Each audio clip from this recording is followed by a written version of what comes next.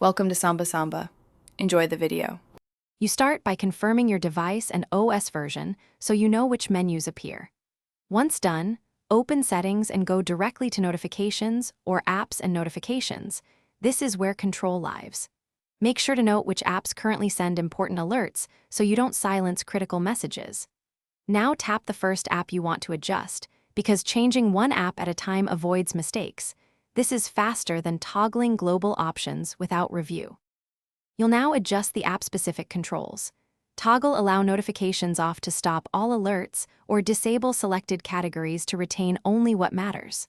For finer control, change sound, badge count, priority, and lock screen visibility. This reduces interruptions while preserving critical notifications.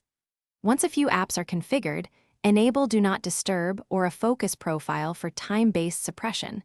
This handles groups of apps at once. Make sure you finish by reviewing notification summary or scheduled digests and turning off any automatic summaries you don't want. Once complete, restart the device to apply settings consistently. If notifications still appear, clear the app cache and recheck its permission settings. If a particular app remains stubborn, open the app's internal settings or, as a last resort, uninstall and reinstall it. One key troubleshooting tip: verify system-level profiles or device managers.